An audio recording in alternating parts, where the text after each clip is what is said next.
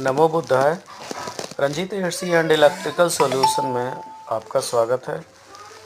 मैं ये कुछ वॉशिंग मशीन IFB और LG की सर्विसिंग करने जा रहा हूँ, तो बने रहें वीडियो में। पहले LG की मशीन खोल के हम डिसमेंटल करके सर्विस करते हैं।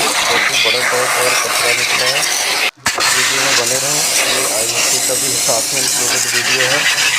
हमने बड़ा ज़्यादा रस्ट और कोरोजन कार्बन डिपॉजिट हो गया था, और इसका वाल भी हमें चेंज करना पड़ा, उसका टेस्ट और ये फाइनल अभी चेक करते हैं। ये हमने इसकी फाइनल फिनिशिंग कर दी है। अब इसको पावर सप्लाई दे करके देखते हैं कि इसका रिस्पांस कैसा है। स्पिन करके देखते हैं मोड ले रहा है कि नहीं, इसका चेक कर लेते हैं। फिर अभी हम पानी भी डाल करके देखते हैं ड्रेनेज कर रहा है कि नहीं। अभी तो चलो पानी नहीं।